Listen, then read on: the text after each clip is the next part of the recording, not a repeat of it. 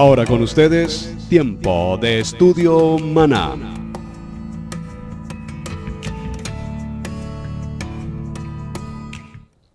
Bien, mis amados hermanos, bienvenidos a este tiempo especial de estudio bíblico devocional. Nuevamente, recuperando algunos días, estamos en el tiempo de la palabra. Recuerden, amar la palabra, aprender la palabra y vivir la palabra.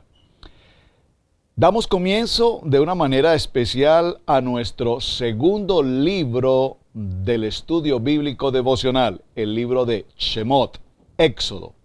Por lo tanto, para el Parashá en esta semana, el nombre de Shemot corresponderá a este mismo nombre. Su Parashá, su nombre es Shemot. Recordemos que siempre, cuando se da comienzo al libro, el nombre que lleva el Parashá es el nombre del mismo libro que vamos a estudiar. Es decir, cuando vimos Bereshit, la primera Parashá fue Bereshit. Estamos empezando hoy Shemot, por lo tanto el nombre del Parashá de esta semana, repito, es Shemot, y así sucesivamente en cada uno de los libros.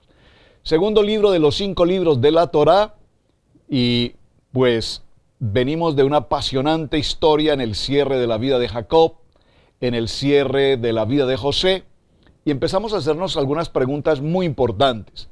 ¿Qué va a pasar con el pueblo de Israel? Por favor, tengan presente que estoy mencionando al pueblo de Israel, porque recordemos que las 12 tribus están aquí. Normalmente hablamos del pueblo el pueblo judío, pero no es así. Es decir, aquí está el pueblo de Israel, aquí están las 12 tribus, dentro de las cuales por supuesto está Judá.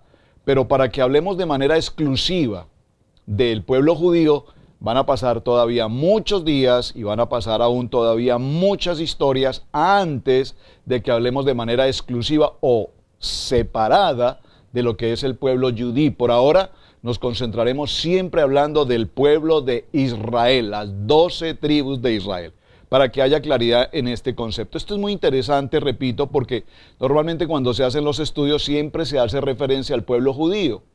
Pero recordemos, repito, y perdónenme que les repita tanto esto, necesito que haya claridad en este aspecto.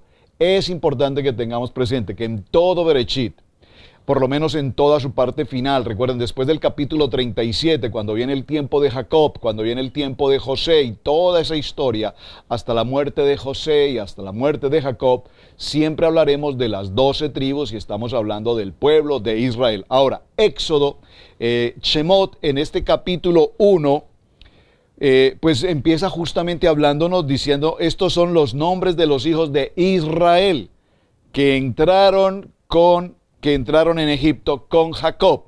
Y recordemos que aquí nos habla de esas 70 familias, 70. Por favor, 70 familias, digo 70, y aprovecho para mencionarlo porque en algún momento en una de las enseñanzas yo hice una mención diciendo 75, no, son 70, ¿ok? Claridad en ese punto, muy bien. Entonces, las Escrituras llevan a cada uno de nosotros en este texto maravilloso a una travesía que va por lo menos a 300 años todavía. Y vamos a ver cómo luego de la muerte de José, y aquí sería interesante, yo lo invito, hermano, usted en casa haga algunos análisis de números, de matemáticas. Cuando nosotros miramos a qué edad partió José de su casa, recuerden que fue a los 17 años. ¿Cuántos años permaneció José fuera de casa, de conexión de vida con su padre? Fueron 22 años. Cuando se reencuentran José y Jacob, ¿cuántos años tiene José? Muy importante, haga esa suma, por favor, se lo voy a dejar como tarea, haga esa suma. Si transcurrieron 22 años y a los 17 salió de casa, ahora, después de que Jacob llega a Egipto y se reencuentra con José, ¿cuánto tiempo vivió Jacob con su hijo José? Recordemos, otros 17 años. ¿Por qué esta matemática tan interesante? Es muy importante esta matemática. Recordemos, estoy haciendo una pequeña resumen de lo que cerramos en Bereshit, porque es necesario retomar esto de tal manera que podamos comprender con mejor claridad lo que voy a mencionar a continuación en Shemot. Cuando Jacob entró a Egipto, la pregunta que hace Faraón, recordemos ese aspecto que es bien importante, Faraón le pregunta, ¿cuántos son tus años? Y él le contesta, 130 años, muy importante. 130 años. ¿A qué edad muere Jacob? Muy bien, a los 147. ¿Qué conclusión numérica podemos tomar allí? Que transcurrieron 17 años más. Es decir, para Jacob realmente en vida disfrutó de José como su hijo 34 años. Los primeros 17 antes de partir después de la conspiración de sus hermanos y los segundos 17 ya en Egipto. Muere Jacob en Egipto. Luego, ¿cuándo muere Jacob a los 147 años? Pregunta muy importante. ¿Cuántos años tenía José? Se los voy a dejar como tarea. Por favor, lea los textos y haga las sumas, porque esta tarea es bien importante. Ahora, sabemos que José muere a los 110 años. ¿Por qué es importante esta información de los 110 años en la muerte de José? Evidentemente porque cuando hablamos de lo que sucede ahora, a partir de este tiempo, en el contexto del libro de Shemot, nos daremos cuenta que cada uno de los títulos que vamos a hablar, el primero, aquí en Shemot capítulo 1 nos habla, aflicción del pueblo de Israel en Egipto. Pero cuando hablamos de esta aflicción del pueblo de Israel, nos daremos cuenta que el texto nos va a narrar a continuación que el faraón que está allí ahora ejerciendo autoridad desconocía absoluta y completamente la vida de José.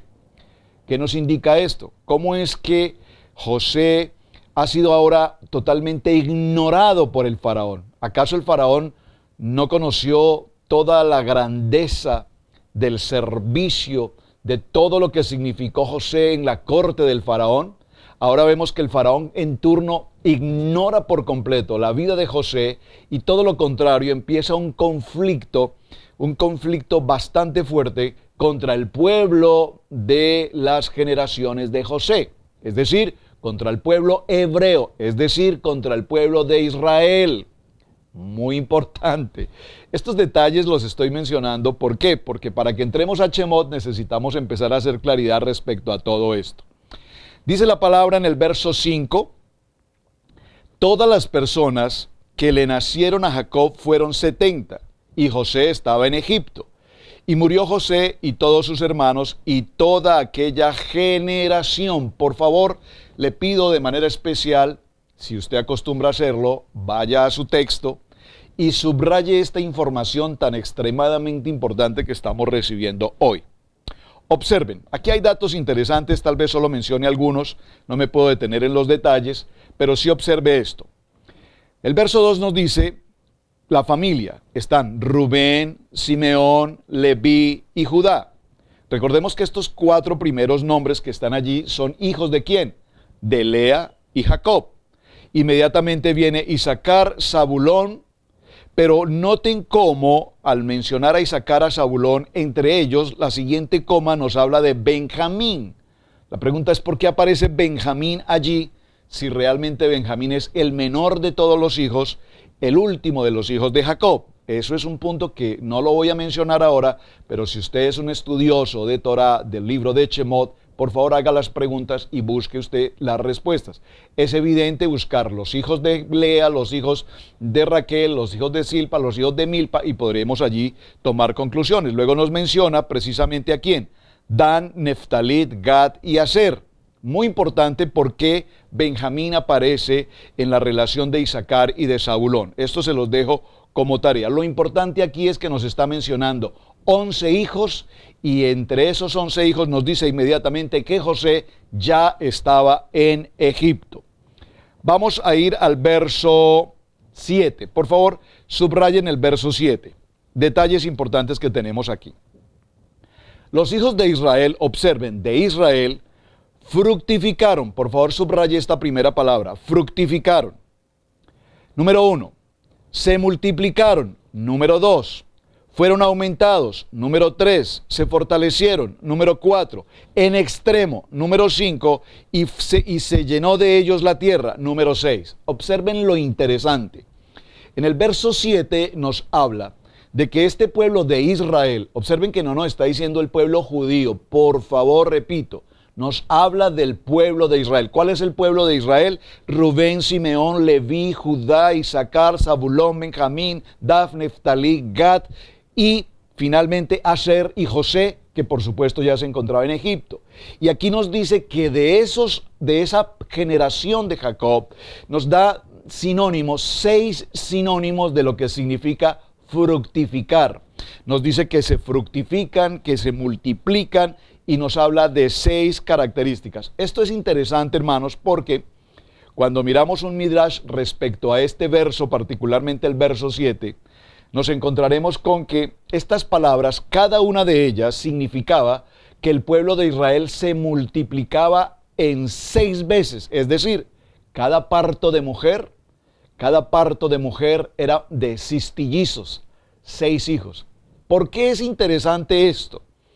Porque esta palabra, repito, es un midrash simplemente que significa, cuando decía fructificaban, multiplicaban, se aumentaban, se fortalecían en extremo y se llenaba la tierra de ellos, significa que cada vez más y más y más y más crecían y crecían y crecían y se multiplicaban en gran manera. Se dice entonces, repito, con el midrash que para este tiempo las mujeres en sus partos daban hasta 6 hijos. Interesante. Muy interesante, muy interesante. ¿Y por qué hice esta observación? Porque a continuación vamos a leer qué pasaría o qué va a pasar en el momento en que Faraón nota ese gran crecimiento, esa multitud de crecimiento del pueblo de Israel y empieza a hacer o a tomar ciertas acciones, ciertas medidas para contrarrestar este crecimiento, y notaremos que estas mismas palabras también van disminuyendo. Interesante, vamos para allá. Entre tanto, se levantó sobre Egipto un nuevo rey. Atención, subráyelo por favor, vaya a su texto y subráyelo. Un nuevo rey que no conocía a José. Aquí surge, por supuesto, una pregunta inmediata. ¿Cómo podemos considerar que un nuevo faraón no conoce a José? ¿Quién no conocía a José en Egipto? ¿Quién no llegó a conocer de su historia? ¿Quién no llegó a conocer de todo el trabajo que desarrolló José, absolutamente convirtiendo a Egipto en esa, si puedo utilizar esa expresión, esa potencia económica, como lo llegó a hacer? ¿Todo a través de qué? Todo a través de un sueño de Faraón que se cumple, que se tipifica en una revelación que el Padre le entrega a José. Recordemos que José dijo: yo no soy un intérprete de sueños, yo no soy un adivino de sueños. A mi Padre es a quien le corresponde anunciar, dar solución al sueño. Y cuando Faraón le narra aquellos sueños, si usted recordará los sueños de las vacas gordas, las vacas flacas, etcétera, inmediatamente José recibe esa solución a ese sueño y es allí donde empieza toda la historia. Ahora, indudablemente que han pasado los años, porque notemos que aquí dice que toda la generación de José y de sus hermanos habían muerto. Ya desaparecieron los titulares que hemos mencionado, Isaacar, Zabulón y todos los demás, incluso José. Toda la generación de José hasta José habían muerto. Pero por supuesto quedaban generaciones posteriores, pero no tenían ese gran reconocimiento que pudo tener José en su tiempo. La pregunta es, ¿cuánto tiempo pasó? Por eso cuando hice los números y las matemáticas que hemos dejado como tarea, es importante en esa sumatoria establecer los años. ¿Por qué?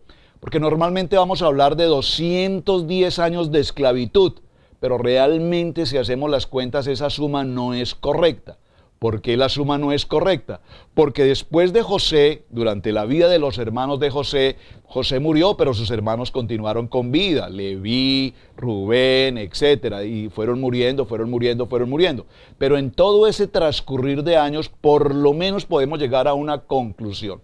Por lo menos transcurrieron un promedio de unos 100 años en los que las generaciones de estos hombres y sus hijos y sus nietos permanecieron en un lapso, por lo menos, repito, de 100 años. Es decir, que todo el pueblo de Israel no permaneció un tiempo, como lo hemos mencionado o se ha mencionado en otras ocasiones, de 210 años de esclavitud. Los años después de la muerte de José y aún de la muerte de cada uno de sus hermanos fueron años de abundancia, fueron años de bendición, fueron años de prosperidad, fueron años de comodidad, fueron años en los que el pueblo de Israel se estableció en una jerarquía. Y perdónenme que haya mencionado la palabra pueblo, porque realmente es interesante notar que hasta este momento todas estas generaciones, las 12 tribus, no son pueblo. Hasta este momento son la familia de Jacob, los 12 hijos de Jacob, las tribus de Israel, hasta este momento. ¿Y por qué hago esta mención hasta este momento? Ya lo vamos a ver un poco más adelante. Ahora pues, dice la palabra, este faraón no conoció a José y dijo a su pueblo, he aquí, por favor subraye en el verso 9, subraye por favor en el verso 9, he aquí, el pueblo de los hijos de Israel es mayor y más fuerte que nosotros. La primera persona que asigna el término pueblo de Israel es precisamente este faraón. Voy a decir este segundo faraón, es decir, el nuevo jerarca de Egipto, que aunque no conoció, parece ser que no lo conoció ni por historia, ni por referencia, absolutamente lo ignora. Este faraón llama a esta familia del pueblo de Israel. Por primera vez en este texto aparece que ahora Israel es un pueblo. Es muy importante esta expresión y le pido por favor subráyela en su texto. Estamos en el verso 9. He aquí, el pueblo de los hijos de Israel es mayor y más fuerte que nosotros. ¡Wow! Esta lectura es muy interesante. ¡Wow! Yo me disfruto cada palabra y quisiera detenerme más tiempo en cada una de ellas, pero tiempo no es lo que tenemos precisamente. Observen, Faraón dice, este pueblo, y ahora lo califica como pueblo, es mayor, es más grande y más fuerte que nosotros. ¿Por qué el faraón de Egipto da esta expresión tan importante? ¿Por qué? ¿Será posible que haya crecido en tanta multitud de personas el pueblo de Israel hasta el punto de ser más población que el pueblo de Egipto? Por favor, detengámonos en la lectura y podemos revisarlo y considerar este aspecto. Nótenlo. He aquí, el pueblo de los hijos de Israel es mayor y más fuerte que nosotros. Es mayor y más fuerte que nosotros. Si Faraón está indicando o está expresando que el pueblo de Israel es mayor, entiendo que hay una cantidad de población mucho mayor que el pueblo de Egipto, pero es que el pueblo de Egipto es inmensamente grande. ¿Cómo entonces podemos considerar ahora que el pueblo de Israel sea aún mayor? Recuerden, ¿cuántas personas eran? 70 personas las que entraron de Canaán a Egipto. Y ahora en este verso nos encontramos con que el pueblo de Israel es mayor y más fuerte que el pueblo de Egipto. Ahora pues, seamos sabios para con él, para que no se multipliquen. Observen, ¿qué es lo primero que Faraón tiene en mente? Que este pueblo de Israel, que, observen, lo voy a repetir, que se fructifica, que se multiplica, que se aumentan, que se fortalecen en extremo y llenan la tierra, 6 palabras. Ahora el faraón lo primero que piensa es, tenemos que ser sabios para que este pueblo no se multiplique. No se multiplique. Esta expresión es muy interesante porque en Abraham lo vimos, llenad la tierra y pobladla y fructifiquen y multiplíquese. Y recordemos Génesis 1:28 que dice, y los bendijo Yahweh y les dijo, fructificad y multiplicaos, llenad la tierra, sojuzgadla, señoreadla. Es interesante, y Faraón tiene una preocupación, este pueblo no se puede seguir multiplicando. Entonces dice, para que no se multiplique, y acontezca que viniendo guerra, él también se una a nuestros enemigos y pelee contra nosotros y se vaya de la tierra. Observen. Esta expresión aquí, se vaya de la tierra, tenemos que mirarla, si me permite usar esta expresión, con lupa. Tenemos que mirarla con mucha atención, porque la preocupación de Faraón es o que se multiplican demasiado o que se lancen en contra nuestra, y que aún si eso llegase a suceder, es peligroso para Egipto que se vayan de nuestra tierra. Entonces, mi pregunta es, ¿por qué tanta preocupación de Faraón de que el pueblo de Israel se vaya de Egipto? ¿No acaso que no conocía en absoluto nada de José? Es decir, ahora parece ser que Faraón sí sabe que un pueblo llamado Israel fructificó, multiplicó y bendijo a Egipto. Porque la preocupación, lo estoy leyendo, hermano, en el capítulo 10, en el capítulo 1, verso 10, y dice, y se vaya de la tierra. Entonces, pusieron sobre ellos comisarios de tributos que los molestasen con sus cargas. Observen, no es propiamente que haya empezado aquí el tiempo de la esclavitud. Lo primero que estamos notando aquí es que Faraón nombró comisarios de tributos, comisarios de impuestos, una oficina, un ministerio de gobierno dedicado a la recaudación de impuestos. Pero esta recaudación de impuestos no era una recaudación de pagar impuestos propiamente, era una recaudación en el sentido de que los varones del pueblo de Israel debían presentarse en Egipto y a su vez prestar un tipo de servicio, si puedo usar la expresión, de un servicio de comunidad. Es decir, debían trabajar para Faraón durante cierto tiempo, 1, 2, 3 meses, sin ningún tipo de sostenimiento económico, es decir, gratuitamente. Y durante ese lapso de tiempo, obviamente, las familias israelitas dejarían de procrearse.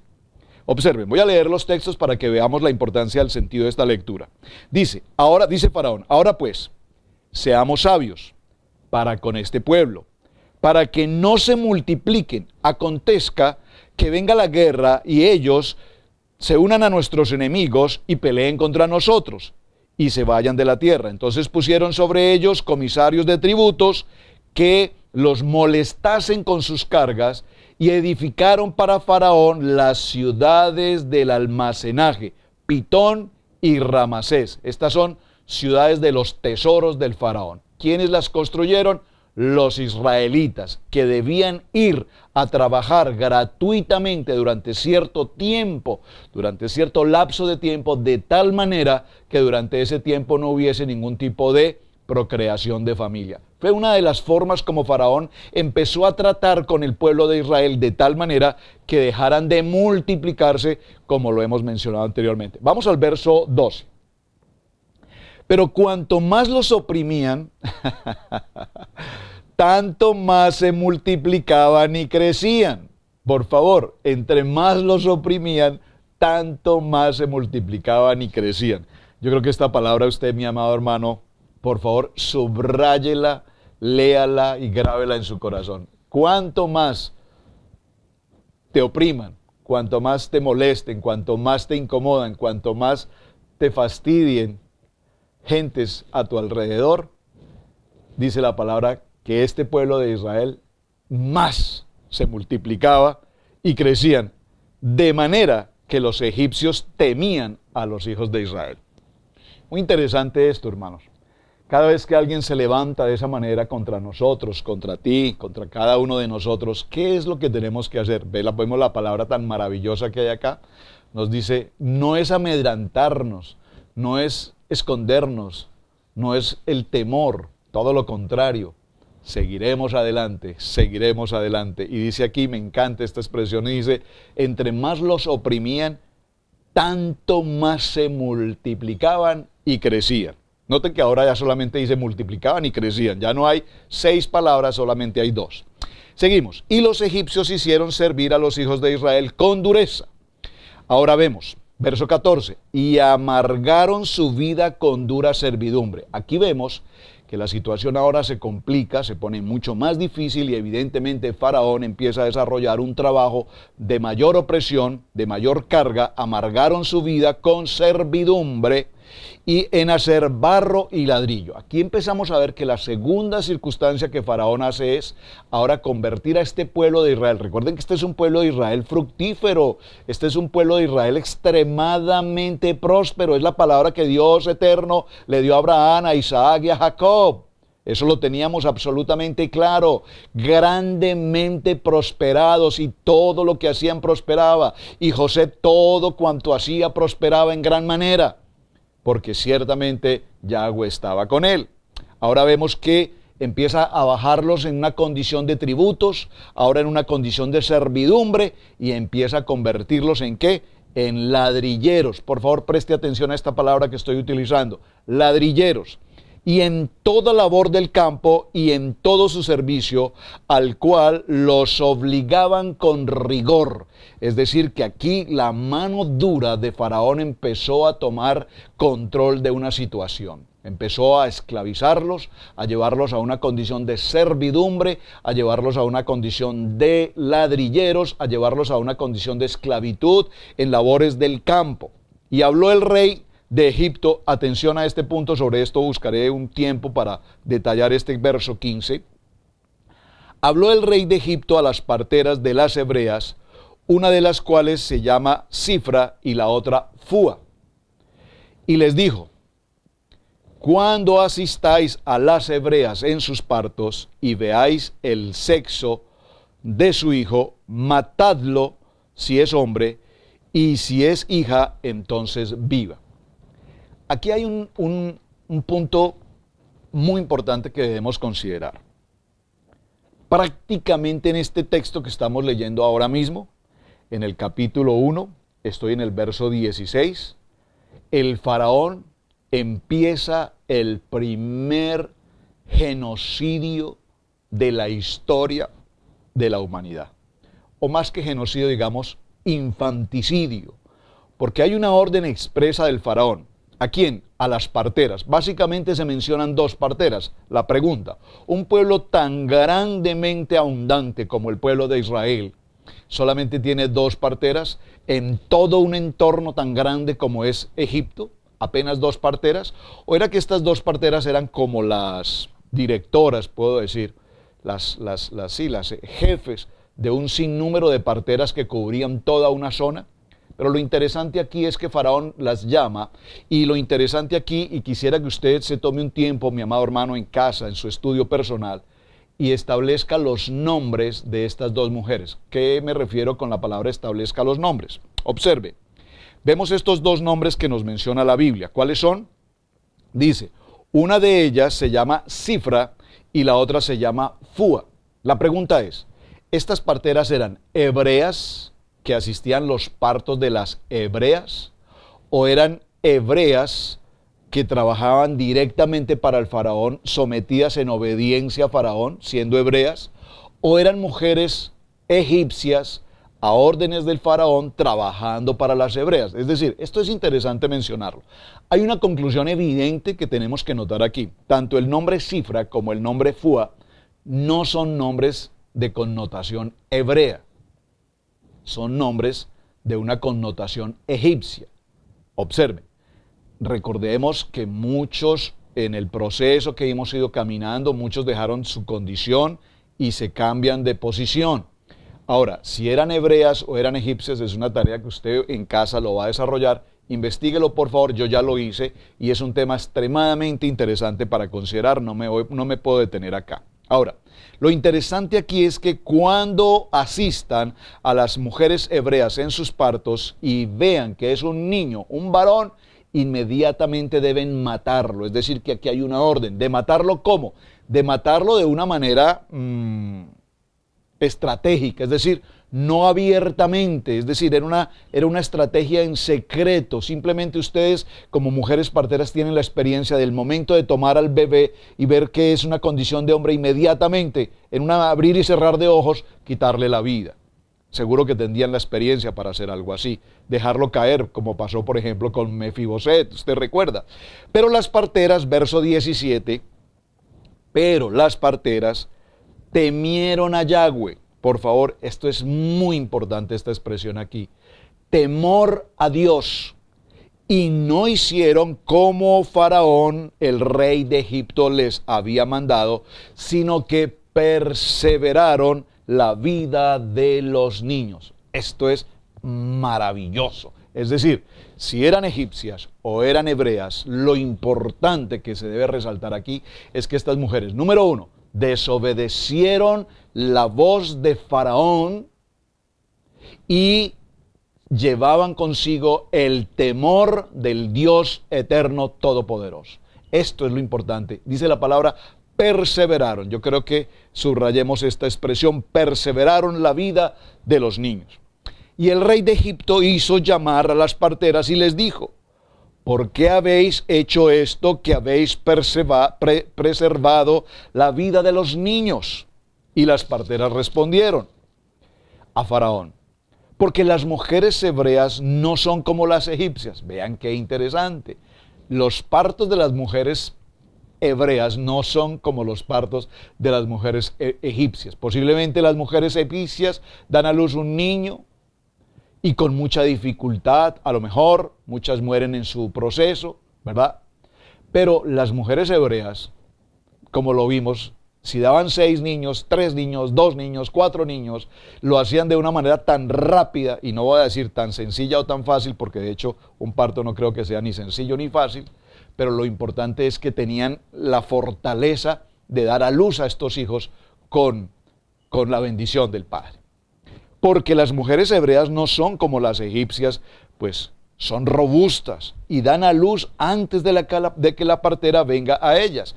Esto es muy interesante porque debían llevar, supongo, un censo de cada mujer embarazada en las diferentes ciudades, localidades, las distancias, la velocidad de un camello de un lugar a otro para asistir al parto. Esto no es como la ambulancia de hoy y el hospital con la cámara de cirugías y todo lo demás. Todo esto es un proceso. Por favor, considere todos estos aspectos porque es interesante tenerlos en cuenta. Y Dios hizo bien a las parteras, y el pueblo se multiplicó y se fortaleció en gran manera. Y por haber las parteras temido a Dios, Él prosperó sus familias. Este es un tema que tratamos el año anterior, en nuestro ciclo de Parachá del año anterior. Me dediqué un poco más a este tema. Si usted gusta pasar a nuestro portal y ver el Parachá de Shemot del año anterior, allí estudiamos más de cerca estos aspectos. Verso 22, entonces Faraón mandó a todo su pueblo, atención, ahora aquí Faraón toma otra actitud.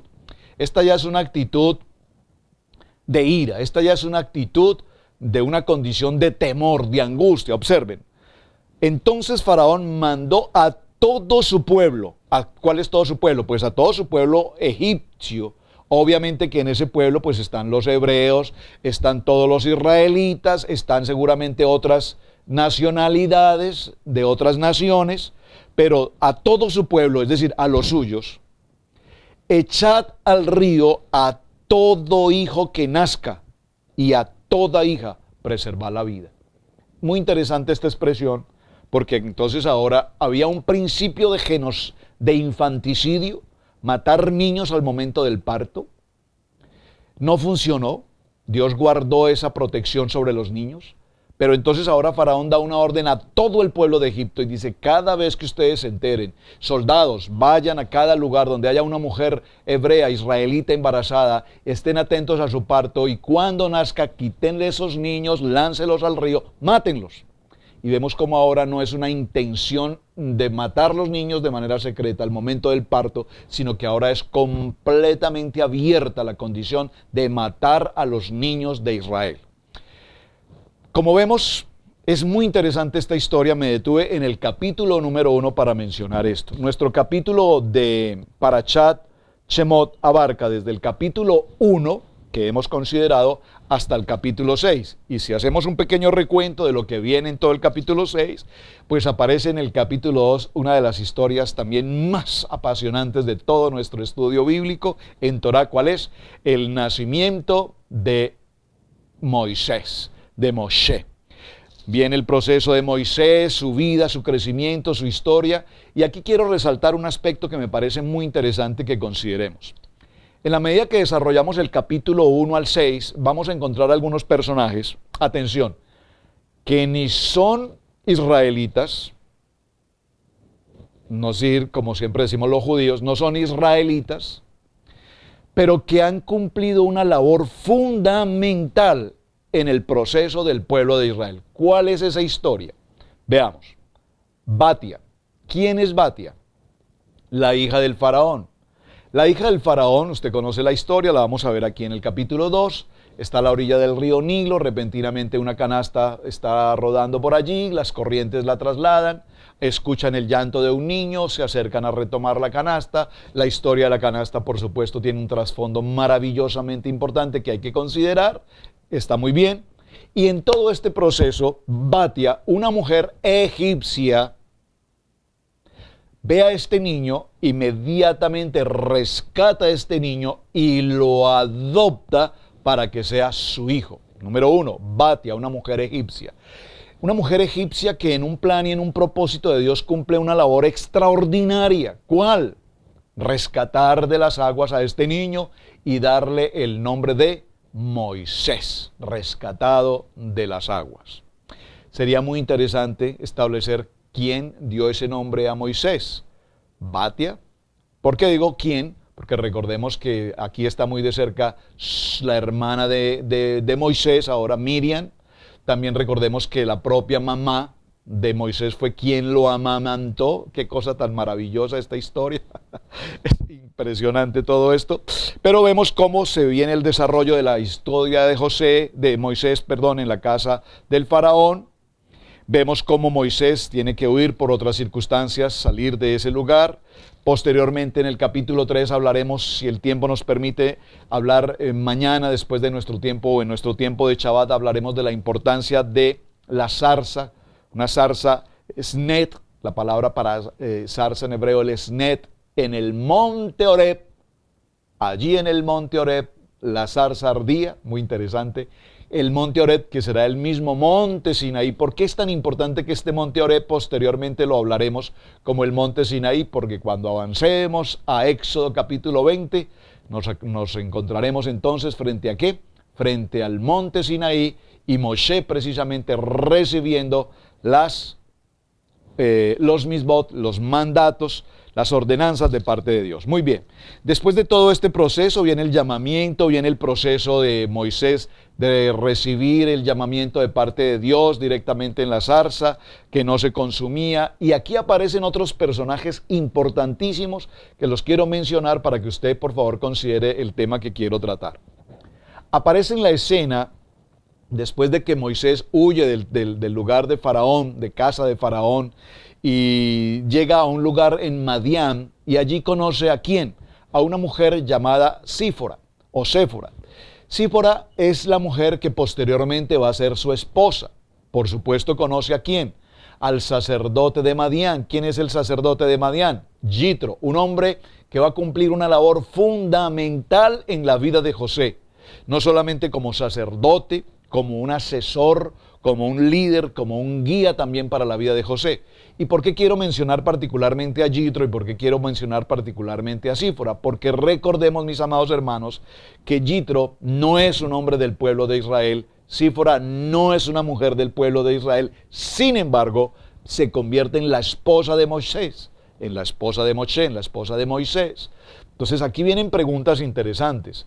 ¿Cómo es que Moisés, observen, por favor, Moisés no es un judío? Si alguien tiene alguna cosa en contrario, dígamelo, por favor. ¿Por qué? Porque Moisés es ¿quién? Moisés es de la tribu de Leví. Observen, veamos este punto. Y perdónenme que yo insista mucho en estas dos expresiones porque es muy importante que las tengamos presente. Un varón de la familia de Leví, fue y tomó por mujer a una hija de Leví. Una hija de Leví se casa con un varón de la tribu de Leví. Como concibió de esta mujer, dio a luz un hijo, que es ¿quién? Moisés. Observen, no dice que Moisés fue de la tribu de Judá, o de Rubén, o de Isaacar.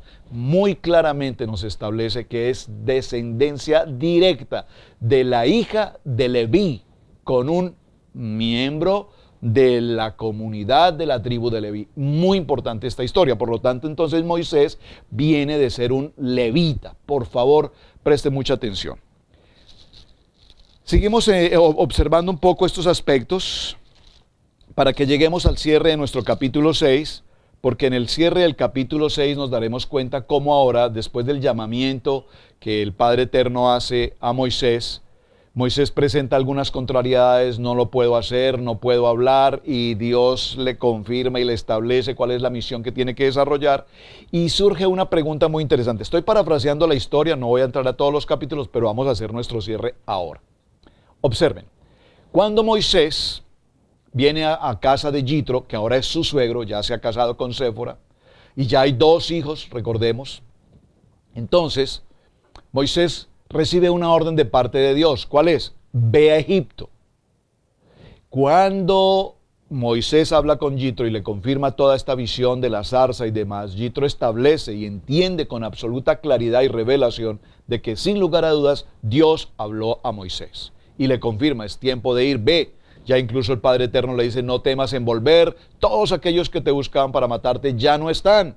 Y Moisés decide regresar. Pero aquí quiero que pienses por un momento en este punto y aquí terminamos. ¿Cómo se encuentran en el camino Moisés y su hermano Aarón? La respuesta la tenemos allí. Ahí el texto, léalo por favor. Envíeme por favor como tarea el texto en el cual el Padre Eterno le habla ahora a Aarón, el hermano mayor de Moisés, y le dice, Aarón, ve al desierto y encuéntrate con tu hermano Moisés. Han transcurrido muchos años desde que Aarón y Moisés, bueno, no se vieron, no solamente no se ven. Recordemos que Aarón pues está siempre como un israelita, como un hebreo. Moisés crece en la casa de Faraón. ¿En qué momento Moisés se entera de que realmente él no es del linaje de los egipcios, sino del linaje de los hebreos? Recuerden esa historia. Entonces, lo que quiero que resaltemos aquí es que así como Dios le habló a Moisés, le habla a Moisés y le dice, ve a Egipto, de igual manera Dios le habla a Aarón y le dice, ve al desierto y encuéntrate con tu hermano Moisés. Es decir, ¿de qué manera Aarón se podía enterar de que Moisés venía en camino a cumplir una misión de Dios? Si no es porque también precisamente el Padre Eterno le habló también a Aarón. Qué cosa tan interesante, qué importante este momento. Ahora vemos que Dios no solamente le está hablando a Moisés, sino que también Dios ahora le está hablando a Aarón. Y ahora llegamos a una conclusión. Le dice Dios a Moisés, tú serás el Elohim de Aarón. Por favor. Observen que aquí la expresión de la palabra Elohim no hace referencia al Dios. Nosotros hablamos del Dios Elohim, porque la palabra Elohim no solamente la utilizamos para mencionar el nombre de Dios, sino que también la palabra Elohim significa juez y la palabra Elohim también significa líder. Es muy importante que lo tengas presente, porque cuando tú lees tu Biblia, en la expresión original del hebreo, daremos como Dios le habla a Moisés y le dice, tú serás el Elohim de Aarón. No le dice, tú serás un Dios para Aarón. Le dice, tú serás un líder para Aarón. Todo cuanto tú digas, Aarón lo transmitirá. Y yo te sanaré de ser ese tartamudo, porque fue una de las excusas que Moisés presentó. Yo te sanaré, pero tú serás el líder y todo cuanto tú digas, Aarón lo va a cumplir. Bueno, mis amados hermanos, este ha sido un tiempo para dar la introducción a nuestro comienzo del segundo apasionante libro de Shemot, el libro de Éxodo. Mañana en nuestro tiempo de Shabbat completaremos este estudio, así es que les agradezco muchísimo su atención. Gracias.